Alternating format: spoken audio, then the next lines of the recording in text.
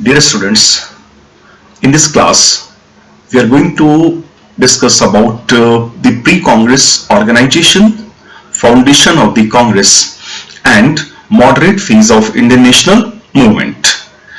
आज की इस चर्चा में हम लोग कांग्रेस पूर्व के संगठन, राजनीतिक दल, कांग्रेस की स्थापना और भारतीय राष्ट्रीय आंदोलन के प्रथम चरण या नरमपंथी चरण के विषय में चर्चा करने जा रहे हैं। तो अब देखेंगे कि 1885 एक ऐसा वर्ष भारतीय राष्ट्रीय आंदोलन के दौरान एक ऐसा वर्ष था जो एक टर्निंग पॉइंट या निर्णायक मोड़ साबित हुआ। ठीक है ना, 1885 एक निर्णायक मोड़ साबित हुआ। जैसे 1885 के पूर्व 1857 का वर्ष एक बड़ा निर्णायक मोड़ साबित हुआ था, क्योंकि उस वर्ष तमाम भारतीयों ने एक साथ मिलकर के अंग्रेजों को भारत से बाहर खदेड़ने के लिए पहला बड़ा सम्मिलित प्रयास किया था। क्योंकि विद्रोह तो पहले भी होते रहते थे, 1857 के पूर्व भी तो कई विद्रोह हुए थे ना, किसान विद्रोह, नागरिक विद्रोह, जनजाति विद्रोह हुए थे। लेकिन जब 1857 का महाविद्रोह हुआ तो वो सैकड़ों भारतीयों का सम्मिलित प्रयास था, जिसमें ब्रिटिश भारतीय सेना के कुछ भारतीय सिपाही, उसमें कुछ जमींदार, किसान, मजदूर, आम लोग सम्मिलित थे और उन्होंने एफर्ट लगाया था, उन्होंने बड़ा प्रयास किया था कि यही मौका है कि अंग्रेजों को हम भारत से बाहर खदेड़ सकते हैं।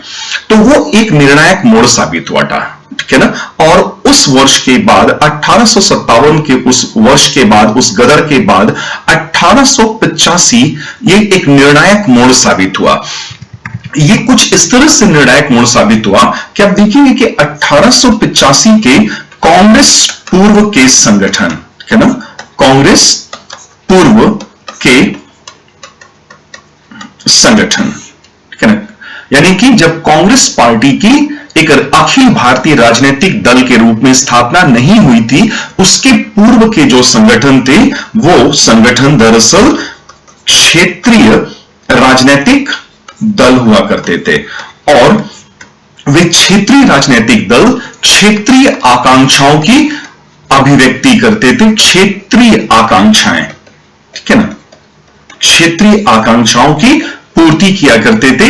They were regional political parties fulfilling the regional aspirations, representing the regional aspirations.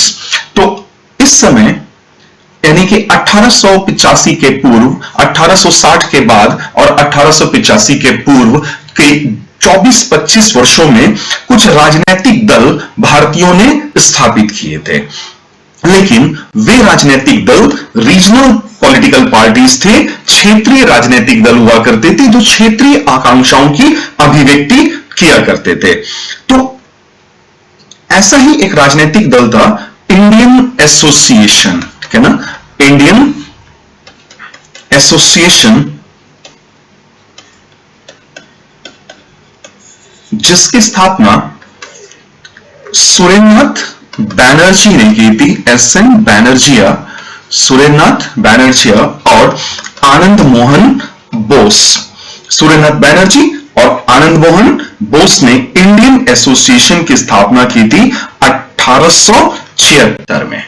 ये राजनीतिक दल एक क्षेत्रीय राजनीतिक दल के रूप में स्थापित हुआ था और क्षेत्रीय भावनाओं की अभिव्यक्ति किया करता था। ऐसे ही एक दूसरे दल का गठन हुआ था मद्रास महाजन सभा, ठीक है ना, मद्रास महाजन सभा। ये एक अन्य क्षेत्रीय दल था जिसकी स्थापना 1884 में, यानी कि कांग्रेस की स्थापना के ठीक एक वर्ष पूर्व हमारे 3 नेताओं ने की थी, जिनमें वीर राघवाचार्य, ठीक है, वीर राघवाचार्य, सुब्रमण्यम अय्यर,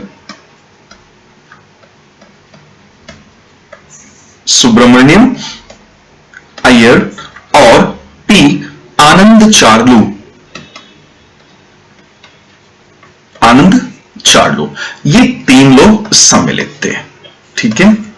और ये तीनों लोग और इनके सहयोगी राजनीतिक गतिविधियों में संलग्न थे और मद्रास प्रेसिडेंसी में भारतीयों को अंग्रेजों के विरुद्ध लामबंद कर रहे थे, इकट्ठा हो रहे थे ताकि अपनी मांगों को अंग्रेजों के सामने, अंग्रेजी राज के सामने रखा जा सके। और एक ऐसा ही अन्य संगठन भी बना था इसी मद्रास महाजन सभा के आसपास, जिसको नाम दिया गया था बॉम्बे प्रेसिडेंसी एसोसिएशन, ठीक है ना, बॉम्बे प्रेसिडेंसी एसोसिएशन, ठीक है ना। और बॉम्बे प्रेसिडेंसी एसोसिएशन की स्थापना एक नेता के टी तेलंग और फिरोज शाह मेहता ने की थी। केटी तेलंग और फिरोज शाह मेहता, ठीक है। हिंदी लिखने में थोड़ी सी प्रॉब्लम हो सकती है, हिंदी मेरी बहुत अच्छी है, ठीक है ना, ये मत समझ लीजिएगा हिंदी खराब है, मातृभाषा है तो हिंदी पे पूरी पकड़ है। हाँ, लिखने की आदत थोड़ी सी छूट गई है ना, काफी कई वर्षों से पढ़ाते पढ़ाते ये हिंदी में लिखने की आदत छूट गई है, जिसकी वजह से थोड़ा बहुत प्रॉब्लम, कहीं कहीं पे हल्का फुल्का सा स्पेलिंग एरर हो सकता है, तो वो आप ठीक कर लीजिएगा खुद से भी, ठीक है। तो इंडियन एसोसिएशन, मद्रास महाजन सभा, बॉम्बे प्रेसिडेंसी एसोसिएशन और एक अन्य राजनीतिक दल पूना सार्वजनिक सभा, पूना सार्वजनिक सभा की स्थापना की गई थी। ये सभी, जैसा कि मैंने आपको बताया कि ये सभी राजनीतिक दल क्षेत्रीय राजनीतिक दल थे और क्षेत्रीय आकांक्षाओं की अभिव्यक्ति और प्रतिनिधित्व किया करते थे। तो 1885 में ऐसी क्या खास बात लग रही है? 1885 में जो राजनीतिक दल बना, जिसका नाम रखा गया भारतीय राष्ट्रीय कांग्रेस, ठीक है ना, भारतीय राष्ट्रीय कांग्रेस, इंडियन नेशनल कांग्रेस, ठीक है ना, इंडियन नेशनल कांग्रेस, भारतीय राष्ट्रीय कांग्रेस की स्थापना की गई थी। तो ये भारतीय राष्ट्रीय कांग्रेस की स्थापना एक निर्णायक मोड़ साबित हुआ, ठीक है ना, एक निर्णायक मोड़ साबित हुआ। और इसलिए भी ये, देखिए, इसलिए भी ये निर्णायक मोड़ साबित हुआ ना, क्योंकि 1885 के पूर्व कोई भी राजनीतिक दल अखिल भारतीय स्तर पर कार्यरत नहीं था, ठीक है ना। रीजनल, सब political parties regional political parties हुआ करते थे, ठीक है, रीजनल पॉलिटिकल पार्टीज हुआ करते थे।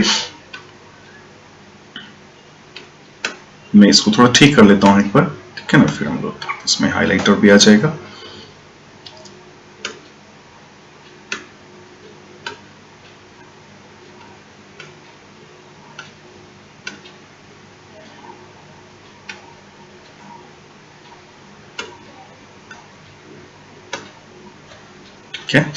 रीजनल पॉलिटिकल पार्टीज या क्षेत्रीय राजनीतिक दल 1885 के पूर्व। और 1885 में इंडियन नेशनल कांग्रेस जो बना, आईएनसी बना, भारतीय राष्ट्रीय कांग्रेस बना। ये, इसमें खास बात क्या थी कि ये फर्स्ट पॉलिटिकल पार्टी था, प्रथम राजनीतिक दल था जो ऑल इंडिया लेवल पे काम करने जा रहा था, अखिल भारतीय स्तर पर, ठीक है ना, अखिल भारतीय स्तर पर कार्य करने जा रहा था। और सभी भारतीयों की, सभी भारतीयों के राजनीतिक आकांक्षाओं,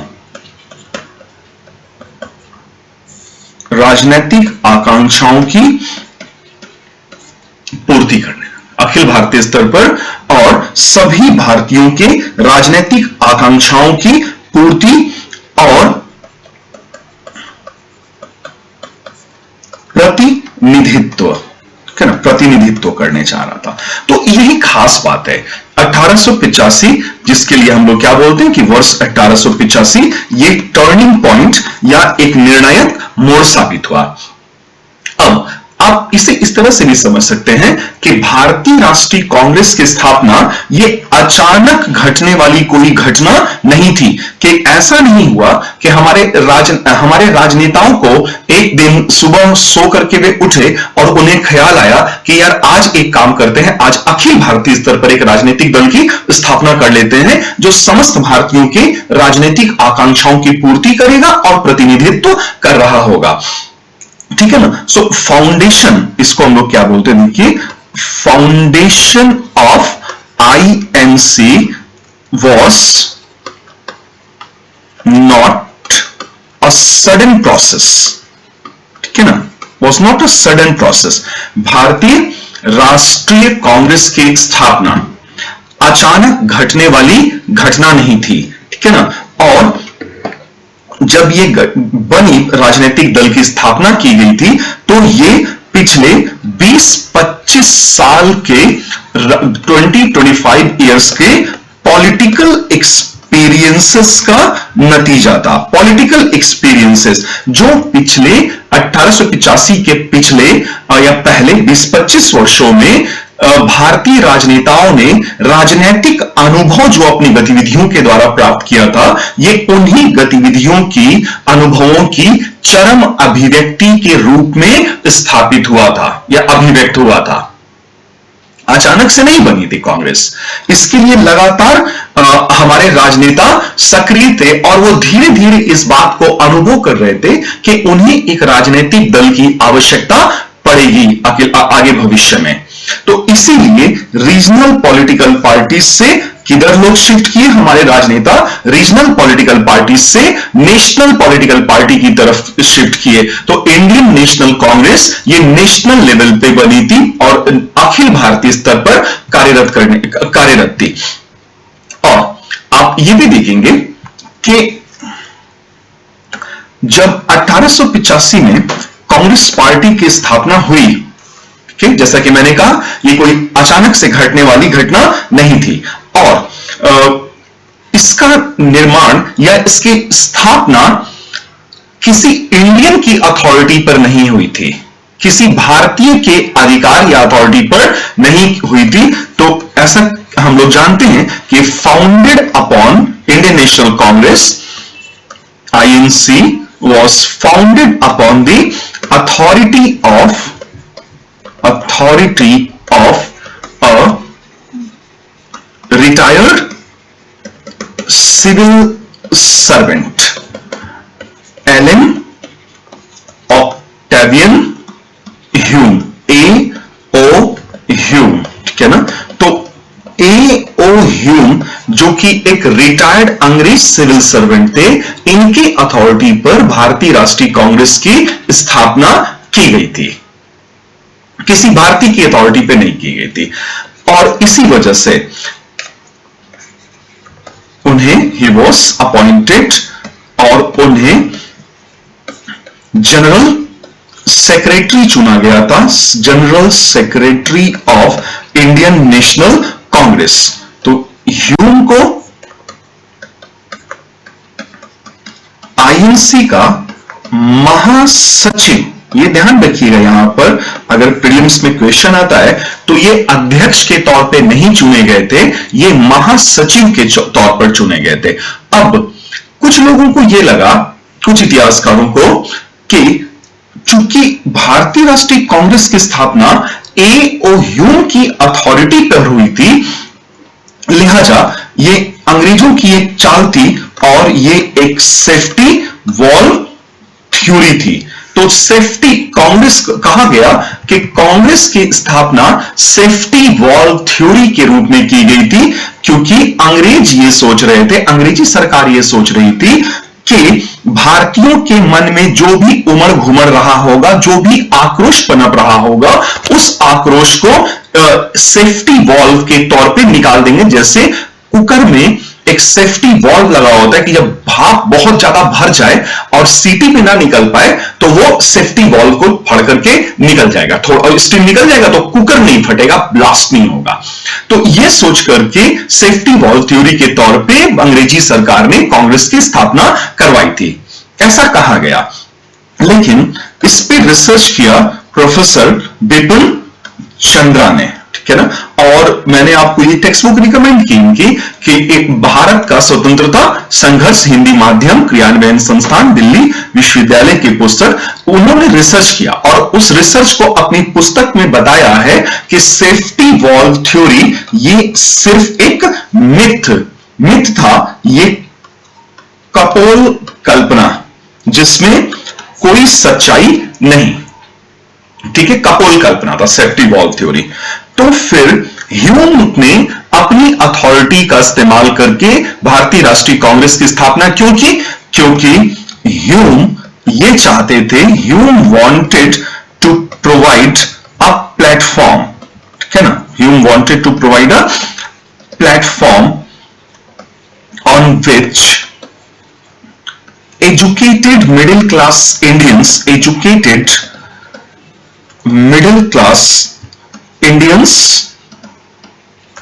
and the government could negotiate with each other, ठीक है ना। Hume wanted to provide a platform on which or at which educated middle class Indians and the government could negotiate with each other, okay? यानी कि Hume एक platform देना चाहते थे। Hume का उद्देश्य था कि एक ऐसा प्लेटफॉर्म दिया जाए जिस प्लेटफॉर्म पर शिक्षित भारतीय, ठीक है ना, शिक्षित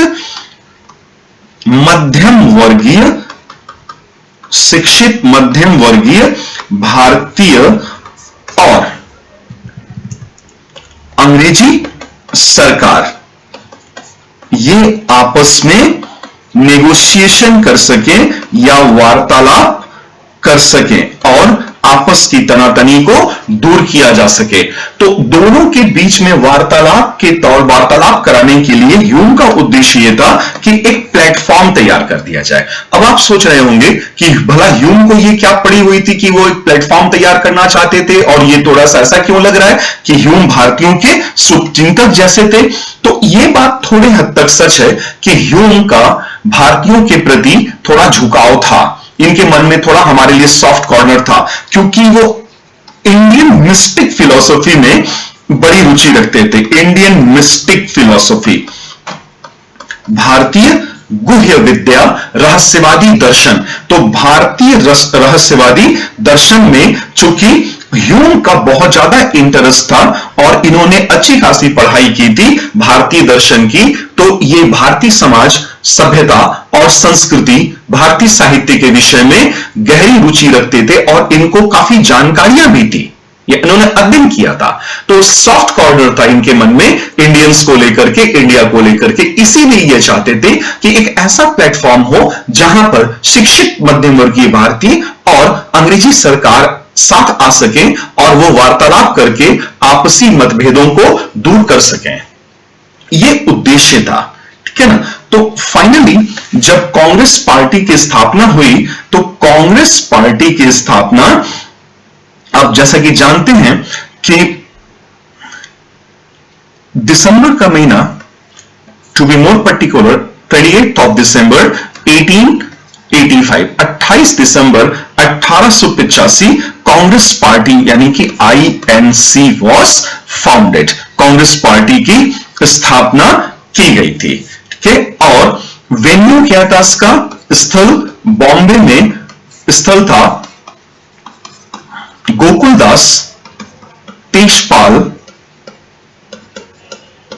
संस्कृत कॉलेज, गोकुलदास तेजपाल संस्कृत कॉलेज था। और जो डेलीगेट्स आए थे, सदस्य संख्या वो मात्र 72 थी, ठीक है। जनरल सेक्रेटरी, मैंने जैसे कि बताया, जनरल सेक्रेटरी एओ ह्यूम, चूंकि कांग्रेस पार्टी की स्थापना ही एओ ह्यूम की अथॉरिटी पे हुई थी, अतः उन्हें जनरल सेक्रेटरी के तौर पे नामांकित किया गया और अपॉइंट किया गया, चुना गया।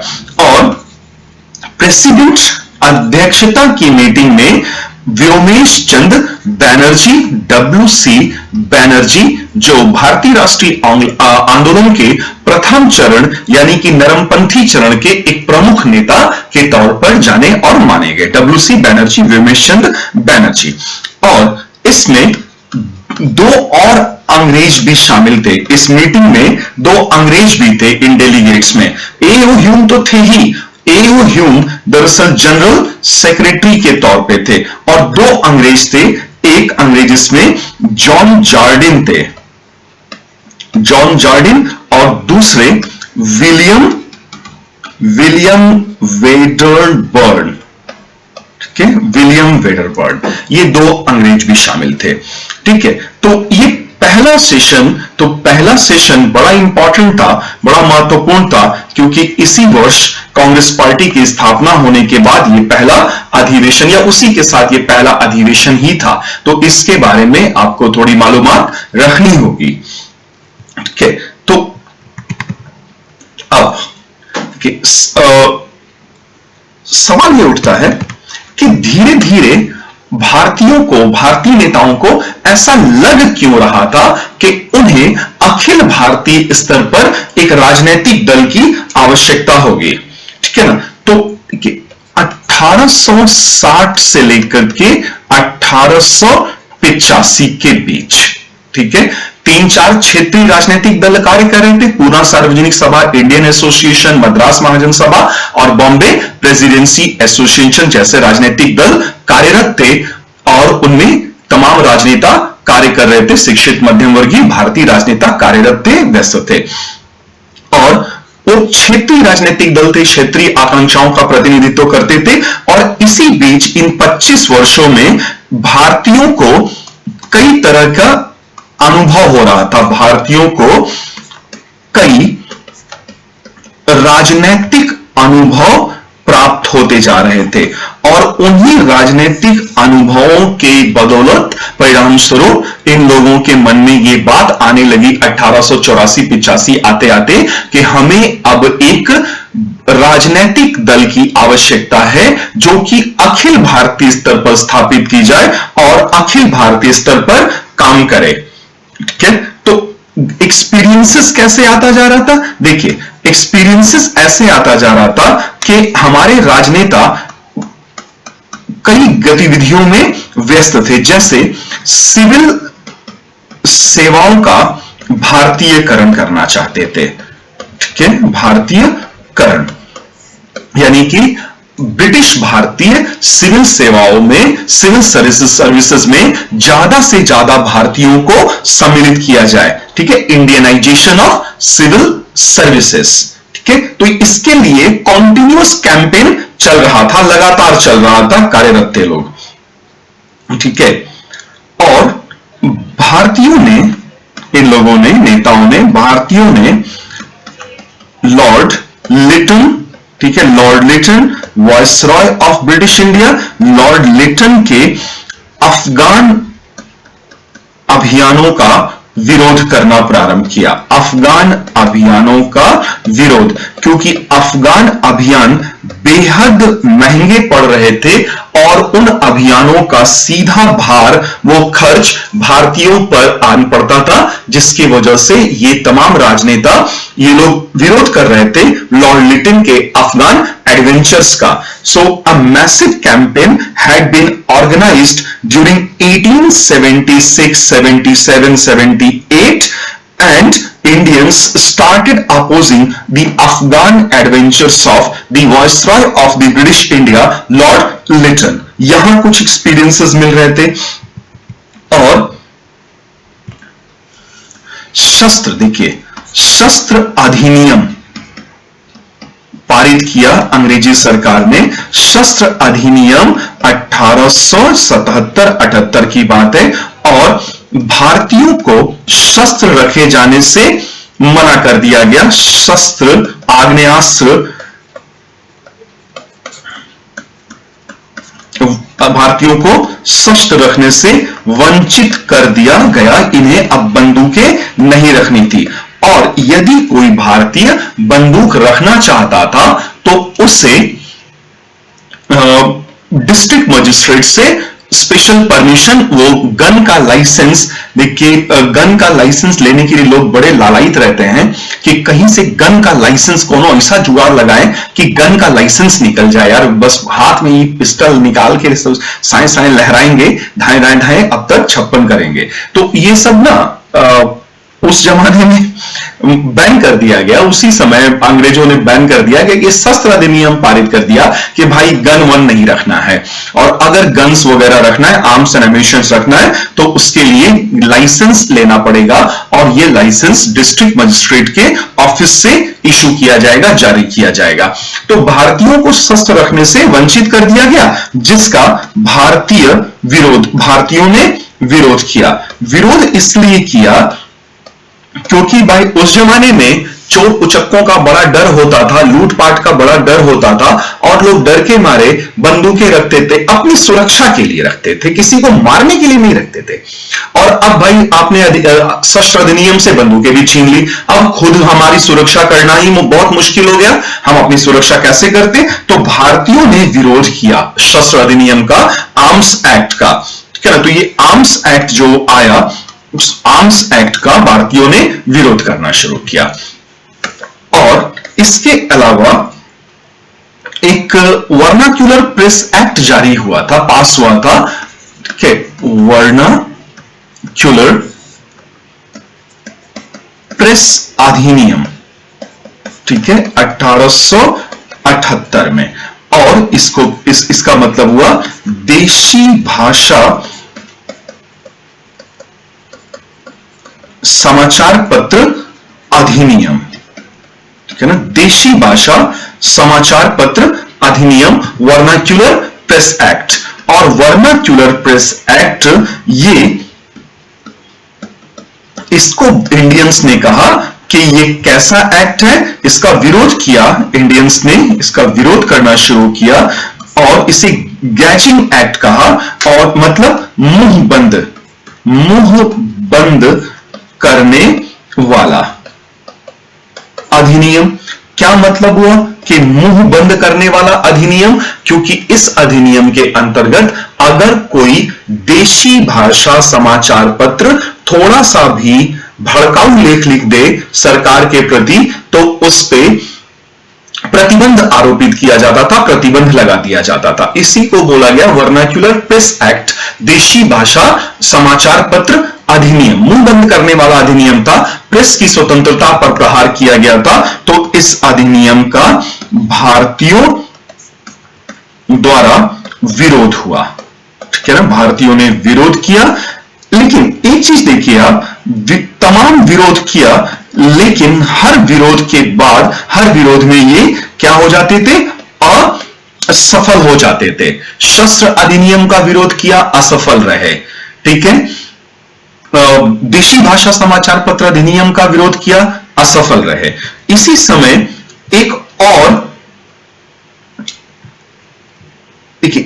और अधिनियम पारित किया अंग्रेजों ने, ठीक है। ये तो लिटन के समय पारित हुए थे। लिटन बहुत ज्यादा प्रतिक्रियावादी वायसरॉय था, ये भी लिटन के टाइम पे, और वर्नाक्यूलर प्रेस एक्ट भी लिटन के टाइम पे, Lord Lytton the viceroy of India के टाइम पे पास किए गए थे। एक लॉर्ड रिपन के टाइम पे पास किया गया था, लॉर्ड रिपन, और उसमें पास क्या किया गया था? इंट्रोड्यूस किया गया था, दरअसल पास हो ही नहीं पाया, इल्बर्ट बिल, ठीक है। और इल्बर्ट बिल को लेकर के कंट्रोवर्सी हो गया, Ilbert bill controversy, Ilbert bill विवाद, ठीक है। ये सर C.P. इल्बर्ट थे जिन्होंने ये बिल विधायिका में, लेजिस्लेचर में, सेंट्रल लेजिस्लेचर में प्रस्तुत किया था, लेकिन बिल अंग्रेजों के विरोध के द्वारा गिर गया। अंग्रेजों ने इसका विरोध किया, भारतीयों ने समर्थन किया था इसका। तो इल्बर्ट बिल क्या था? ओके, इल्बर्ट बिल में कंट्रोवर्सी क्यों हुई थी? इल्बर्ट बिल में इस बात पे कंट्रोवर्सी हुई कि इंडियन प्रोविजन ये था कि इंडियन जजेस वुड ट्राई द यूरोपियंस, ठीक है, कि भारतीय जज यूरोपियों के मुकदमों की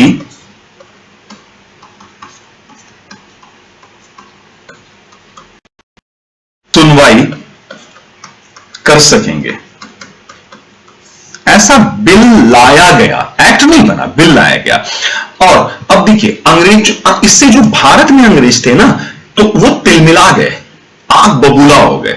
दरअसल आप देखिएगा कि रिपन एक उदारवादी वायसराय साबित हुए, थोड़े से उदारवादी वायसराय थे बाकी की तुलना में। तो इन्हें कुछ भारतीय रिपन दी बिनिवोलेंट बोलते थे, परोपकारी रिपन। तो रिपन ने ये बिल प्रस्तुत किया सीपी इल्बर्ट के बहाने से। बिल सीपी इल्बर्ट ने प्रस्तुत किया था केंद्रीय विधायिका सेंट्रल लेजिस्लेचर में। और देखिए अब जितने भी यूरोपियंस थे इंडिया में, यूरोपियंस इन इंडिया, उन्हें क्या लगा? उन्हें यह लगा कि इंडियन मजिस्ट्रेट्स, इंडियन जजेस की इतनी औकात कि वो यूरोपियों का मुकदमा सुनेंगे। तो उन्होंने जबरदस्त विरोध किया, स्ट्रॉन्ग अपोजिशन, ठीक है ना, स्ट्रॉन्ग अपोजिशन।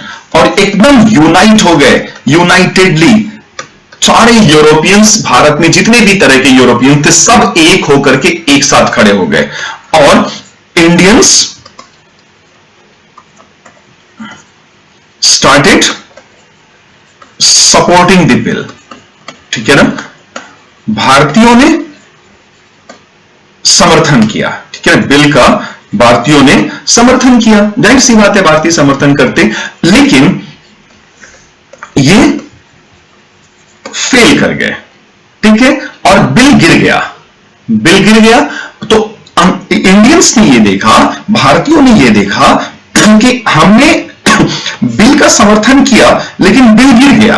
और इन्होंने ये भी देखा कि यूरोपियंस ने एक सुर में बिल का विरोध किया था, एकत्रित होकर के, एकीकृत होकर के, और बिल गिरा दिया इन्होंने। ये बिल नहीं पारित करा पाए इंडियंस, यूरोपियंस ने बिल गिरा दिया। तब देखिए इतना सब कुछ होते होते ना, फिर इंडियंस को, भारतीयों को, हमें ये रियलाइज होने लगा, ये महसूस होने लगा कि हमें कोई ऐसी पॉलिटिकल पार्टी चाहिए, कोई ऐसा राजनीतिक दल चाहिए जो सभी भारतीयों को एक कर सके और मिल करके हम अपनी आवाज बुलंद कर सके, हम अपनी मांग उठा सके। तो political party on an all India basis was required, ठीक है ना। इन्हें, हमारे राजनेताओं को यह महसूस होने लगा था कि अखिल भारतीय स्तर पर एक राजनीतिक दल की स्थापना करनी होगी जो समस्त भारतीयों के हितों का प्रतिनिधित्व करे और अपने मुद्दों को, जो हमारे पक्ष में मुद्दे हों, उन्हें अखिल भारतीय स्तर पर उठाया जाए और तमाम भारतीयों का, देश के कोने कोने से भारतीयों का समर्थन प्राप्त किया जाए। इसीलिए 1885 में जाकर के अंततः एक राजनीतिक दल की स्थापना की गई थी, इंडियन नेशनल कांग्रेस या भारतीय राष्ट्रीय कांग्रेस, ठीक है। तो कुछ इस तरह से भारतीय राष्ट्रीय कांग्रेस की स्थापना हुई 1885 में, और 28 दिसंबर 1885 को इसकी पहली वार्षिक बैठक का आयोजन किया गया, जिसकी अध्यक्षता व्योमेश चंद्र बैनर्जी ने की, जबकि ए.ओ. ह्यूम महासचिव के रूप में नामित हुए।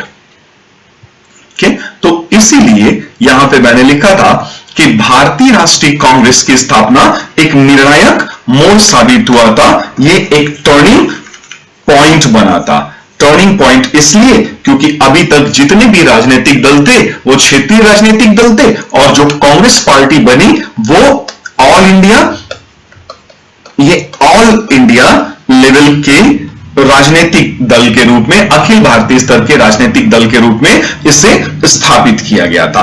तो 1885 में स्थापित होने वाली एक राजनीतिक दल भारतीय राष्ट्रीय कांग्रेस की स्थापना कोई अचानक घट जाने वाली घटना नहीं थी। इसके पीछे पिछले 20-25 वर्षों का एक अनुभव काम कर रहा था, जो हमारे राजनेताओं ने धीरे धीरे करके सीखा था, ठीक है।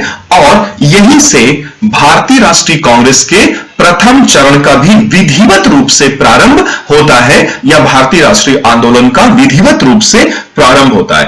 और भारतीय राष्ट्रीय आंदोलन तीन चरणों से होकर के गुजरा, मॉडरेट फेज या नरमपंथी चरण, दूसरा चरण गर्मपंथी चरण और तीसरा एवं अंतिम गांधीवादी चरण। तो नरमपंथी चरण या जो मॉडरेट फेज रहा, इसे हम लोग लेते हैं कांग्रेस की स्थापना के वर्ष से लेकर के 1905 तक।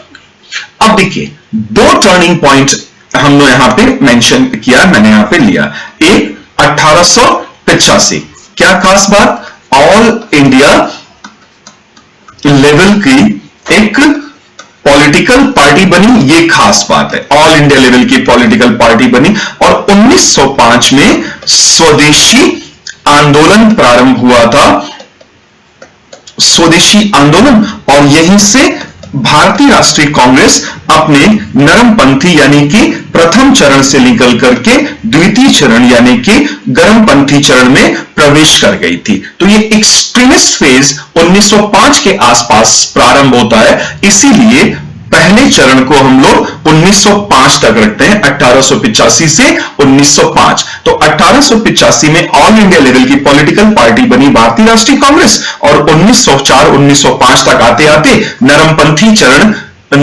चरण बेहद कमजोर पड़ चुका था और भारतीय राष्ट्रीय आंदोलन को द्वितीय चरण में ले जाना था, जो दरअसल गर्मपंथी चरण था, जिसे एक्सट्रीमिस्ट फेज कहा जाता है। और गर्मपंथी चरण में चार प्रमुख नेताओं ने बड़ी भूमिका निभाई, तीन एक साथ, जिन्हें हम लोग लाल बाल पाल ट्रायम्विरेट बोलते हैं, लाला लाजपत राय, बिपिन चंद्र पाल और बाल गंगाधर तिलक के साथ अरविंदो घोष एक और एकदम fire brand leader extremist phase के।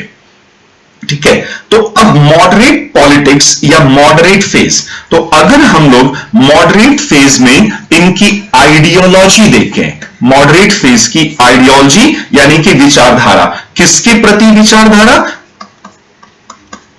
ब्रिटिश रूल, अंग्रेजी शासन के प्रति विचारधारा, किसकी ideology of the moderates and Indian National Congress, नरमपंथियों और भारतीय राष्ट्रीय कांग्रेस, जिनकी स्थापना ही नरमपंथियों ने की थी, का ब्रिटिश शासन के प्रति विचारधारा। तो ये क्या विचारधारा रखते थे, देखिए ब्रिटिश रूल के बारे में इनके दिमाग में क्या कुछ चल रहा था। तो ये इस बात पर ध्यान दे रहे थे कि ब्रिटिश रूल जो ब्रिटेन में, ठीक है ना, ब्रिटेन में ब्रिटिश शासन, ठीक है, ब्रिटेन में ब्रिटिश शासन और भारत में ब्रिटिश शासन, ब्रिटेन में ब्रिटिश शासन और भारत में ब्रिटिश शासन। ठीक है, ब्रिटेन में ब्रिटिश शासन ये वास्तव में वो शासन था जिसके लिए अंग्रेज दुनिया भर में जाने जाते थे। क्या था ब्रिटिश रूल इन ब्रिटेन, जैसे रूल ऑफ लॉ यानी कि विधि का शासन स्थापित हुआ था, विधि का शासन। ठीक है, दूसरा विधि के सम्मुख समता या समानता, इक्वालिटी बिफोर लॉ, ठीक है ना, rule of law, equality before law. तीसरा अभिव्यक्ति की स्वतंत्रता, फ्रीडम ऑफ एक्सप्रेशन, अभिव्यक्ति की स्वतंत्रता या फ्रीडम ऑफ एक्सप्रेशन, ठीक है ना। और चौथा प्रतिनिधि मूलक संसदीय शासन प्रणाली, ठीक है ना, रिप्रेजेंटेटिव फॉर्म ऑफ गवर्नमेंट,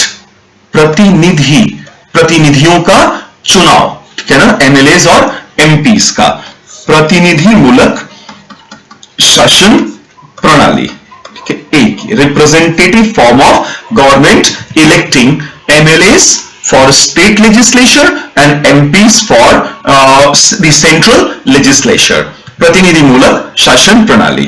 पांचवा देखिएगा, राइट टू मेक ऑर्गेनाइजेशन, ठीक है ना, संगठन बनाने की स्वतंत्रता, ब्रिटेन में अंग्रेजों को स्वतंत्रताएं प्राप्त थी, तरह तरह की स्वतंत्रताओं का वो लोग आनंद लिया करते थे। तो संगठन बनाने की स्वतंत्रता या विरोध करने की स्वतंत्रता, राइट टू प्रोटेस्ट,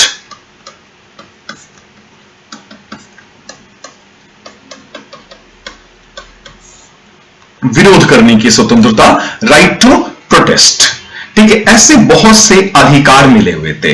तो ब्रिटेन में आप देखेंगे ब्रिटिश शासन ये लोकतांत्रिक शासन, लोकतांत्रिक शासन, जबकि भारत में ब्रिटिश शासन वो लोकतांत्रिक पद्धति पर नहीं था बल्कि अर्ध लोकतांत्रिक पद्धति पर बना, ठीक है ना, विकसित हुआ। यहां देखिएगा दूसरी तरफ ये कैसा शासन,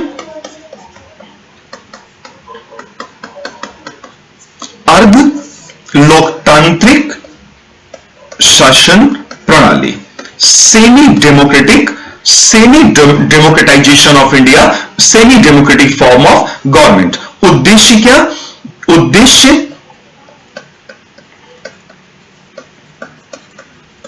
औपनिवेशिक हितों की पूर्ति, ठीक है ना, वो अपने कॉलोनियल इंटरेस्ट को पूरा करने के लिए भारतीयों को उतने ही अधिकार देते थे जितने में कि उनका काम चल जाए और भारतीयों को ज्यादा कुछ बातें पता ना चल पाए। तो ब्रिटेन में ब्रिटिश शासन अलग और भारत का ब्रिटिश शासन अलग। तो औपनिवेशिक हितों की पूर्ति करने के लिए वो हमारे समाज, संस्कृति, अर्थव्यवस्था और राजनीति को अपने हितों के लिए बदल देते थे, तोड़ मरोड़ के रख देते थे, ठीक है ना।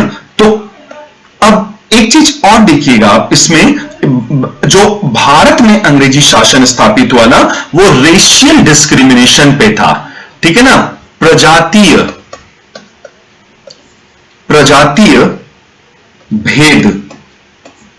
भेद पर आधारित था। रेशियल डिस्क्रिमिनेशन झेलना पड़ता था इंडियंस को, रेशियल डिस्क्रिमिनेशन, प्रजातीय भेद, ठीक है, मतलब काले और गोरे का भेद, कि अंग्रेज सफेद लोग हैं, व्हाइट लोग हैं तो प्राकृतिक रूप से श्रेष्ठ हैं, और इंडियंस भारतीय काले लोग हैं तो ये प्राकृतिक रूप से उनसे इंफीरियर हैं, उनसे निकृष्ट हैं, ऐसा वो मान रहे, अंग्रेज मान रहे, ठीक है ना। तो आप एक प्रजातीय विभेद दिख रहा और दूसरा हमें असमानताएं, तरह तरह की असमानताएं दिखाई दे रही हैं।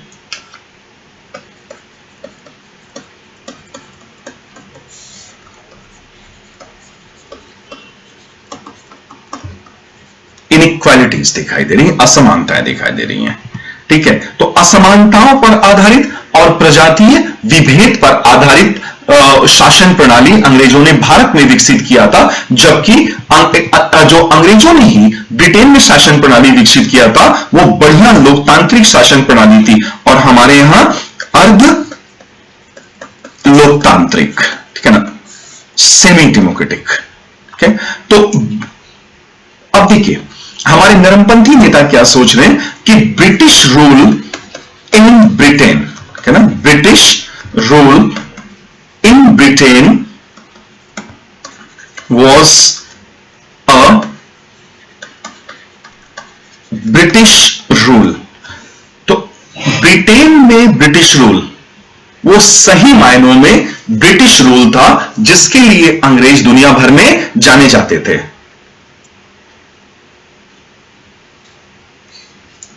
जबकि भारत में जो अंग्रेजों ने शासन प्रणाली लागू की थी वो कैसा प्रतीत हो रही, ब्रिटिश रूल इन इंडिया, देखिए कैसे बदल रहा, British rule in India was un British rule. तो अगर ब्रिटिश रूल ही लगाना था भारत में तो पूरा लोकतांत्रिक शासन प्रणाली पे लगाते, अर्ध लोकतांत्रिक शासन प्रणाली और प्रजातीय विभेद और असमानता पर आधारित नहीं होना चाहिए था ना। तो इसीलिए अन ब्रिटिश, भारत में अंग्रेजी राज को अन ब्रिटिश रूल कहा। और आप जानते हैं ये किसने कहा था? ये कहा था दादा भाई नौरोजी, नरमपंथी नेता दादा भाई नौरोजी ने, ठीक है ना। दादा भाई नौरोजी, जिन्हें भारत का शानदार बुजुर्ग भी कहा जाता है, grand old man of India. और संभवतः दादा भाई नौरोजी ब्रिटिश काल में, ब्रिटिश इंडिया में पहले और आखिरी भारतीय थे जो ब्रिटिश पार्लियामेंट के हाउस ऑफ कॉमन्स के लिए चुने गए थे, एमपी बने थे ये। और वहां की एक कॉन्स्टिट्यूएंसी फिन्सबरी से इन्होंने चुनाव लड़ा और जीत हासिल की। तो Dadabhai Naoroji British House of Commons के मेंबर थे और ब्रिटिश भारतीय होने के नाते वो ये दोनों देख रहे थे कि इंग्लैंड में अंग्रेजों ने कैसी शासन प्रणाली लागू कर रखी है और भारत में कैसी शासन प्रणाली लागू कर रखी। तो दादा भाई नौरोजी इस बात से भिज्ञ थे, वो इस बात को जान रहे थे, इसीलिए उन्होंने एक किताब, एक पुस्तक लिखी और उसका टाइटल ही रखा, उन्होंने अपनी पुस्तक का शीर्षक ही रखा यही कि poverty and un-British rule in India. Poverty and un-British rule in India, कि भारत में गरीबी मूल रूप से अंग्रेजी शासन के कारण हुई है और भारत में अंग्रेजी शासन वह शासन नहीं है जो उन्होंने, अंग्रेजों ने इंग्लैंड में या ब्रिटेन में लगा रखा।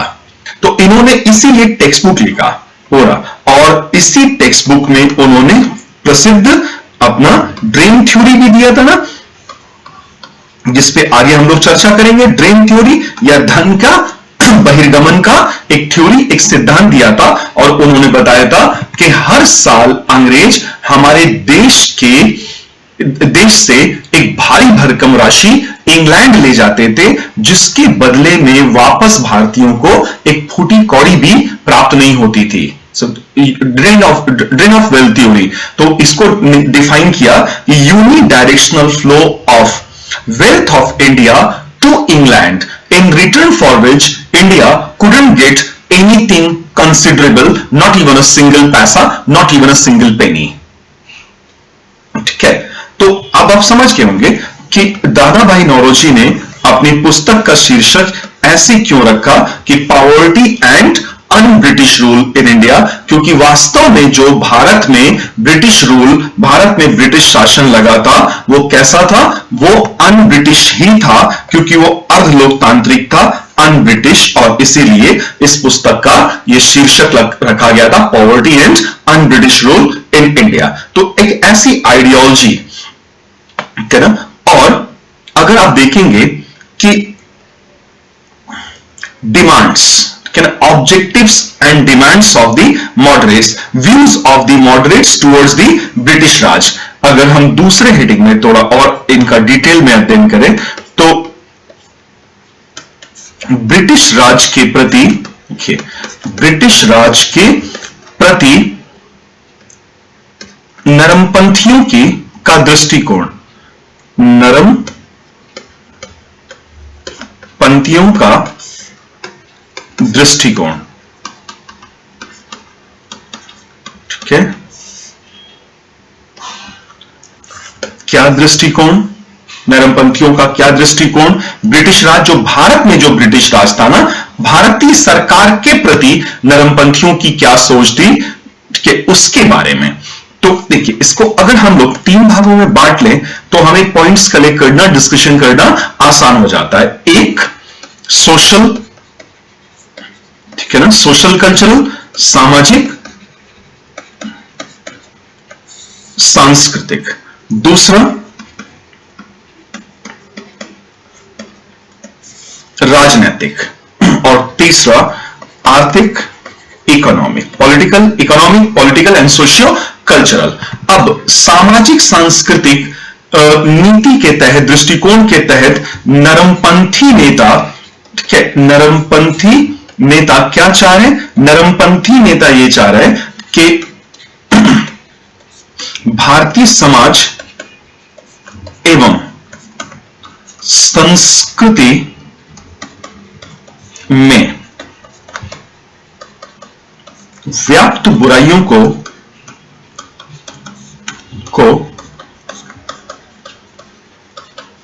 सरकार की सहायता से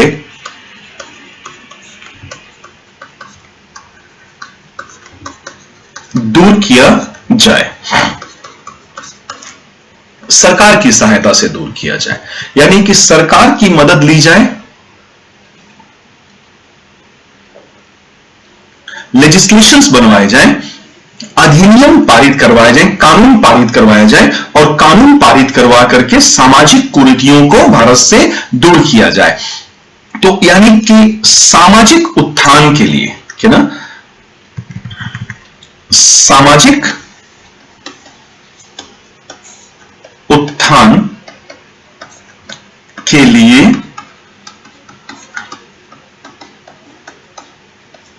अंग्रेजी सरकार की मदद ली जाए।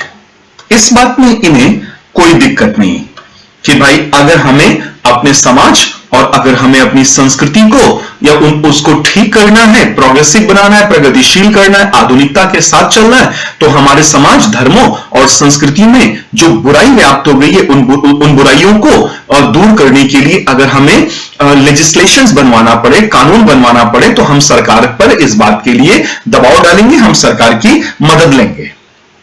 तो एक चीज आप देख रहे हैं कि सामाजिक सांस्कृतिक मामले में नरमपंथियों का ब्रिटिश राज के प्रति, ब्रिटिश सरकार के प्रति कैसा रुख है? ब्रिटिश सरकार के प्रति सकारात्मक है ना, पॉजिटिव है, सकारात्मक रवैया है।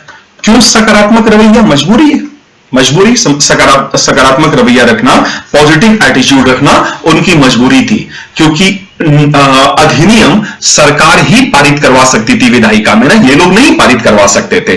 तो ये सरकार की मदद लेने के लिए तैयार है कि भाई अगर हमें अपने समाज और संस्कृति में व्याप्त बुराइयों को दूर करना है तो हमें सरकार से मदद लेने में कोई परहेज नहीं करना चाहिए, हमें बेझिझक सरकार से मदद लेनी चाहिए। और राजनीतिक मामलों में भी देखिए, राजनीतिक मामलों में भी यही दृष्टिकोण है कि ना, कि अंग्रेजी राज की या अंग्रेजी सरकार की मदद ली जाए और अंग्रेजी सरकार की मदद से राजनीतिक जागरूकता फैलाई जाए, ना, अंग्रेजी सरकार की मदद से राजनीतिक जागरूकता फैलाई जाए और लोगों में आधुनिक शिक्षा प्रणाली का विकास किया जाए, शिक्षा का स्तर उठाया जाए। इससे क्या फायदा?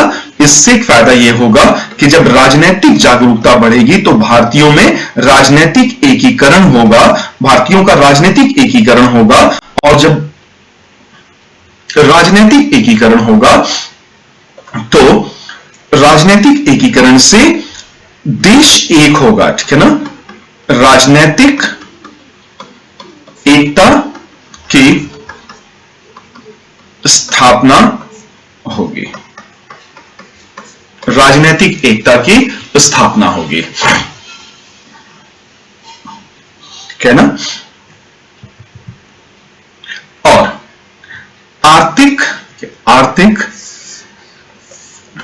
आर्थिक मामलों को लेकर के इनका बिल्कुल नकारात्मक, सरकार के प्रति नकारात्मक रवैया, है ना, सरकार के प्रति नकारात्मक रवैया, या इसे हम लोग कह लें कि आलोचनात्मक, है ना, क्रिटिकल एटीट्यूड।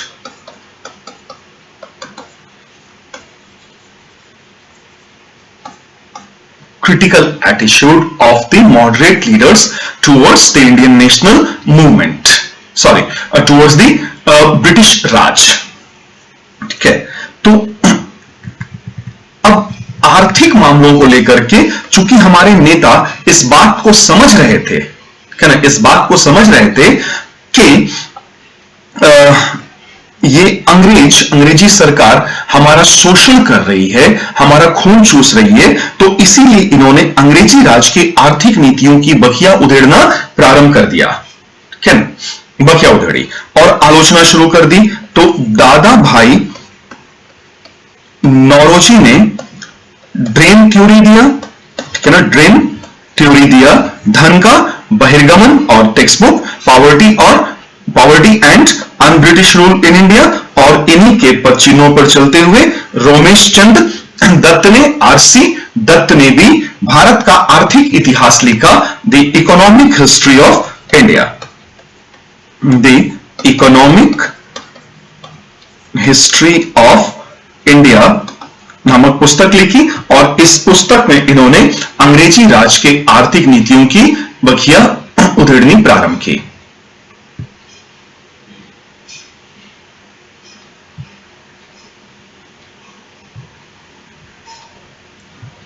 ठीक है, इकोनॉमिक हिस्ट्री ऑफ इंडिया। और फिर इनके पद चिन्हों पर चलते हुए जी.वी. जोशी, ठीक है ना, जी.वी. जोशी जैसे नेताओं ने भी अंग्रेजों की बखिया उधेड़ी, उनके आर्थिक नीतियों की जबरदस्त आलोचना की और उनको जनता के सामने एक्सपोज करने का काम किया। ठीक है, तो ये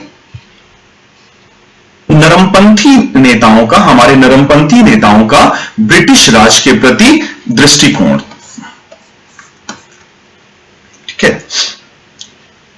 और इसके अलावा अगर हम डिमांड्स देखेंगे, इनकी मांगे, डिमांड्स ऑफ द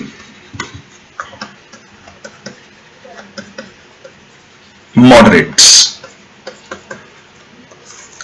ठीक है ना, डिमांड्स ऑफ द मॉडरेट्स, नरमपंथियों की मांग अगर देखेंगे तो इनकी सामाजिक मांगे, ठीक है ना, राजनीतिक मांगे, पॉलिटिकल एडमिनिस्ट्रेटिव हम इसे कर देते हैं, राजनीतिक प्रशासनिक मांगे, और इकोनॉमिक डिमांड्स, आर्थिक मांगे। ठीक है, तो इस लेक्चर को मैं यहां पे डिसकंटिन्यू कर रहा हूं। ठीक है ना, इसका सेकेंड पार्ट थोड़ी देर के बाद हम लोग रिकॉर्ड कर रहे होंगे। कुछ टेक्निकल एरर आने की वजह से ऐसा हमें करना पड़ रहा है। Thank you so much.